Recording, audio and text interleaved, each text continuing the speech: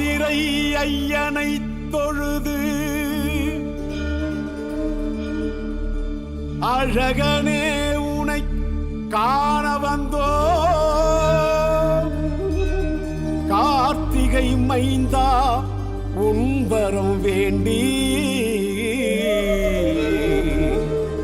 உனை நாடி வந்தோ.